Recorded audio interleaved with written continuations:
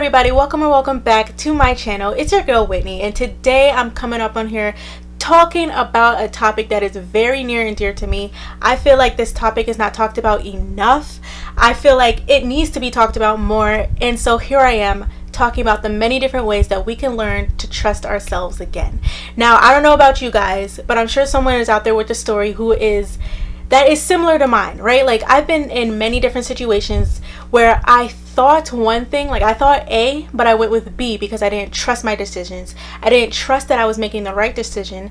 And there was just something inside of me that like had this really innate feeling, this huge intuition that I thought that I should go down this route, but I deviated and went down that route. And because of that decision, because I chose wrong in those specific different situations, I no longer trust myself. I no longer trust my decision-making process. I no longer trust whether or not I can be true to myself and hold myself accountable for the various things that may occur. And so I just wanted to come up on this platform and talk about the many different ways that I learned to trust myself again. Even though I may struggle here or there with, still trusting my own decisions, this is the way that I learned to trust myself again. So if you guys want advice on the many different ways that you could learn to trust yourself again, then keep on watching. First, before we get into any of the tips, I want to say that my socials are definitely down in the description box below. Don't forget to give me a big thumbs up because it really helps me out a lot. My social media will also be on the screen. Also, guys, don't forget to like, subscribe, and turn on your post notifications so you never miss when I post a new video.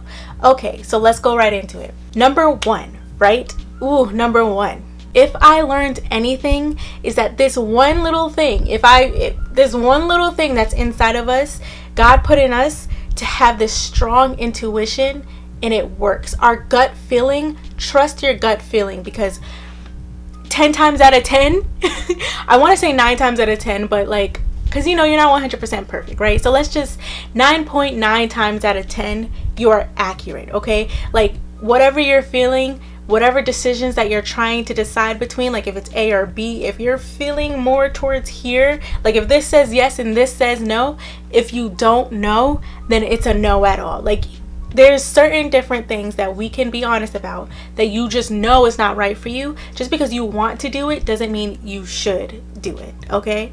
Number two, this is not a test of your character.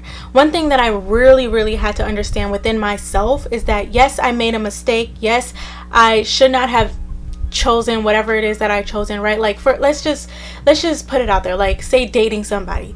No, I knew that I really liked this guy, right? But I also wasn't sure if we would be great in a relationship. And there was a big part of me that was like, you know what, Whitney, you're really rushing, you really need to take your time. But then I was just like, you know what, no, I want it right now, so I'm gonna go get it. And so there was this big part of me that was like, ooh, take your time, girl, take your time. And I just didn't, because I wanted what I wanted and I went after what I wanted. That's one thing that about me that I have to say and be honest, that it's a great thing, but it's also a bad thing. I go for everything that I want, but I don't take the time to fully assess what it takes to get what I want. And sometimes I do fully assess what it takes to get what I want, but then the downside is that I put it on a timeline that I absolutely have to get it in T-minus 10 seconds, like things like that. So even though it may be a great quality, you also have to take the time to reassess yourself. And this, again, is not a test of your character. I say that it's not a test of your character, and I wrote it down and I want to read it off to you guys because I have a little list here of what I wanted to tell you guys on how I learned to trust myself again. And this is what I said. This is not a test of your character because we wanted to believe so much that it wasn't true that we created a figment of a reality that we wish would come true. We wanted better for ourselves, and that's not the problem. The problem is that we ignored the issue because for some reason we did not want to face the truth. Which leads me to the third thing I did with learning to trust myself again. I had to face the truth. So basically, to talk about the two things, number 2 and number 3 that I did to learn how to trust myself again, I had to tell myself, okay, Whitney, you are not a bad person for, let's just stick with the analogy, right? With the going off for a boy that I wasn't supposed to date. You're not a bad person for wanting to date this guy. You're not a bad person for wanting to have companionship.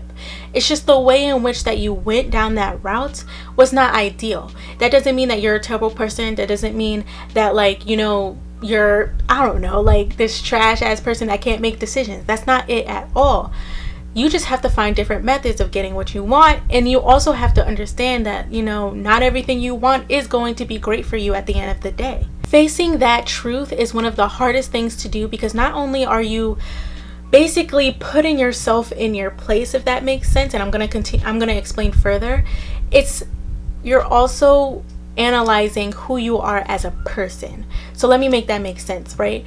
For example, there are different characteristics within myself that I was like, you know what, I don't like this part of me. That doesn't mean I'm a terrible person. That doesn't mean like I'm going to hell or anything like that. But I want to change. I want to change for the better. What was it that I didn't think that I was confident enough to make this decision? Why did I think that I couldn't go forward with this decision? Like, why did I completely deviate from what I knew I needed to do solely because I wanted this so much? Like, what is it? Am I a narcissist? Am I too selfish? What is it about me that, you know, needs to change? What is it about me that I want to change? And again, I'm stressing that this is not saying that you're compromising your character, because you're not compromising the good parts of yourself. You're not compromising the part of yourself that wanted companionship. Nobody's saying that there's anything wrong with that. What we're saying again is that there needs to be a different way in which you express yourself, but you also need to be honest with yourself and say, okay, maybe that guy is just not a good person for me. Why? Because even when I dated him, he was a terrible boyfriend. He slept with 75,000 women. So when I say you're basically putting yourself in that place, is because you are the only person who can literally look at yourself in the eye and say what's wrong with you, can say what you absolutely need to fix, because who absolutely knows you like better than you know yourself? You know what I'm saying? Like, even if you don't want to admit it, this is the purpose of learning to trust yourself again. You're going to have to look yourself in the mirror and admit what your faults are. For example, right? This is, I guess this is a fault of mine. Let's say that, right? Like, majority of the men I've dated, right? Like, I want to say like 2 of the men that I've dated weren't narcissists, but I attract narcissists. And I was like, why am I constantly attracting these men who are so full of themselves? Like, I don't understand. I'm not this person. So I'm confused, right? And so I had to sit there and analyze myself and say, okay, what is it about you that attracts people who always want to take advantage of you? Well, Whitney, you're a little bit too trusting. Whitney, you're one hell of an empathetic person, right? Like, there's being honest with myself, right? Like, it doesn't sound like it's a bad thing. It sounds very caring. It sounds like you know, actually want to do for other people. But this is where the problem is. My thing is that, like, I could have like 3 conversations with somebody and then I'd automatically have your back. How I used to be is that I would trust everybody until you gave me a reason not to. And that's not necessarily how I should have functioned in the world. No, I'm not saying that you need to think that everybody is distrustful until they prove that they're trustworthy. That's not what I'm saying. What I'm saying is that I shouldn't have given all of myself to people until I knew for sure that they would have given all of themselves to me as well, right? So 3 conversations isn't going to do that, right? Like, so that's what attracts narcissists to me, because I'm very caring. I'm very open to people. I would love to take care of other people. I love to make people feel better about themselves. And what better attracts a narcissist to somebody than somebody who likes to make other people feel good about themselves? It just makes sense, right? So the thing that I had to do was that I needed to put, I don't want to say I needed to put up walls, because that sounds dangerous and that sounds toxic. But I did need to put up barriers. I did need to say, okay, it's going to take a little bit longer to get this piece of me, because this is something very valuable. Like, for example, my trust is very valuable. My friendship is very valuable. And you need to look at yourself as someone who is of value, right? And so my thing is like, I didn't look at myself as someone who has value. So I wanted to make other people feel valuable, which in turn attracted a lot of narcissists to me. So it's not a bad trait, but it's something that I thought that needed to have barriers on, because it was a little bit too much. You feel me? Like, it's a little bit too much the type of people that I was attracting. Number 4, spend a lot of time with yourself. Now, the best way that I can kind of make this make sense is to give you an analogy, right? Say you're going into a new relationship and that person has been hurt by so many women, and say like, okay, so we're having a heterosexual relationship. It really don't even matter. Let's just say the person's been hurt by a lot of women, right? And so they come into your relationship and they're like, listen, I have trust issues. And so in these trust issues, you know, you could be going to the grocery store, but that person is tripping because you've been at the grocery store for an hour, when, you know, in your mind, you're like, I just want to get all the groceries. Like, I'm not doing anything. And then, but in their mind, they don't trust that because the person in the past has gone to the grocery store and hasn't returned. So what's wrong in that situation is that that person is basically taking out their hurt onto you. They're treating you as if you have done wrong to them when you've never done wrong to them before, right? So this is how I want you guys to approach taking time with yourself.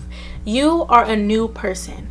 You are someone who is trying to mold into something that is greater than what you were yesterday. The sins of your past, the things you've done in the past, they're a lesson to be learned, but they're not something to be carried on for the rest of your life. If you cheated on somebody when you're 18, when you're 28, you should learn to never do that again, but you shouldn't be still hurt and like carrying that burden on with you for 10 years plus that. The thing that I'm trying to say, you are now in a new relationship with yourself. You need to learn how to trust yourself because you are not the same person that you were a week ago, a month ago, a year, 5, 10 years ago. You are not that same person. Every single day we are moving forward. So just like it's not fair for someone else to take their burdens out on you, it's not fair for someone else to take their past hurt out on you, it's not fair for you to keep those burdens of what you've done in the past and continue them forward. It's not fair to your future self, it's not fair to your growth to continue to have those weights on your shoulders. The point is that you're trying to be a new person. The point is that we are continuing forward, trying to be better than what we were yesterday. So don't hold on to the past. Don't hold on to the things you've done. Don't hold on to the wrong decisions because that's not going to help you in the future, right? It's a good lesson to be learned. And yes, that's something that we should remember. We should remember the lessons that were learned. So a lesson that I've learned is to not let people come in to my inner circle or not let people know too much of myself because some people might take advantage of that. What I've learned is to thoroughly analyze people before you're just going to give all of yourself to them, because you can be draining yourself and they could be sucking out all of the energy out of you, right? Another thing that I've learned is, let's think of something personal to me.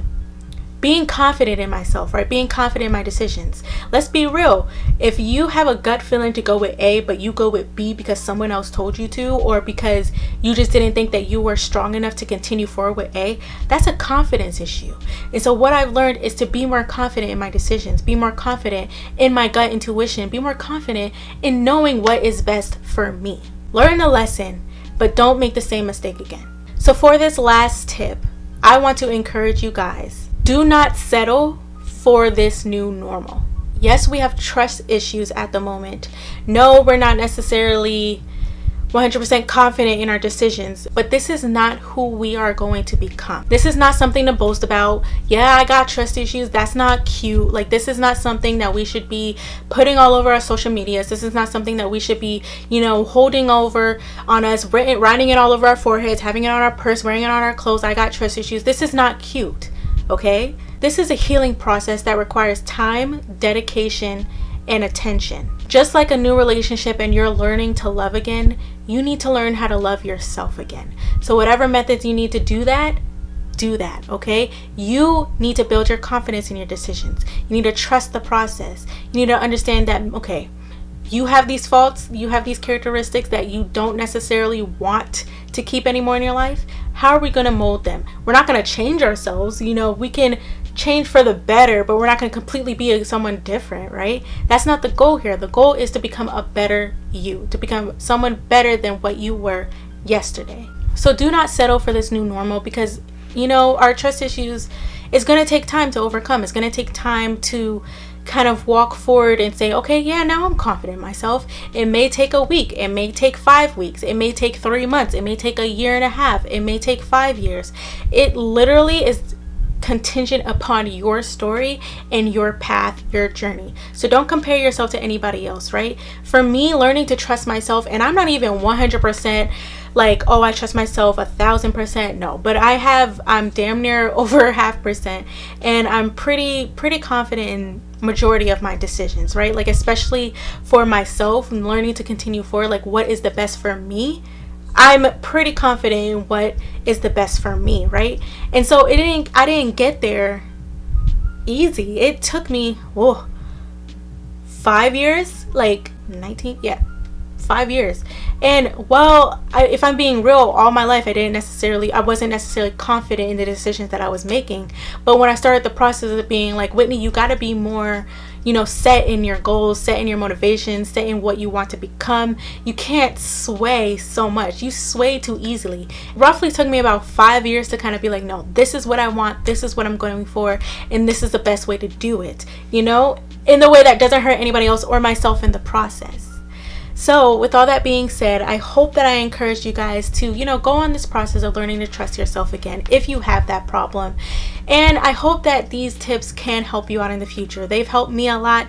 And if they have helped you, or if you have your own story, leave it down in the comments below. I also have a segment here on my channel called A Writer's Scope, where you send to my email whatever advice you need, whatever problems you're going through. Say you're having a problem with trusting yourself and you need some more in-depth advice. What I do is that I read your email on my video, but everyone is anonymous, and then in turn I give you the best advice that I possibly can, and people leave their comments down in the comment section below. I used to have a poll up, but YouTube took away the polls, so this is the best way that we're doing it now. So I thank you guys for joining me today. I hope that I've helped you out in any which way that I possibly can. Don't forget, guys, we come on here to help everyone and anyone, even if it is just one person. So thank you for joining me today, and I'll see you guys next time.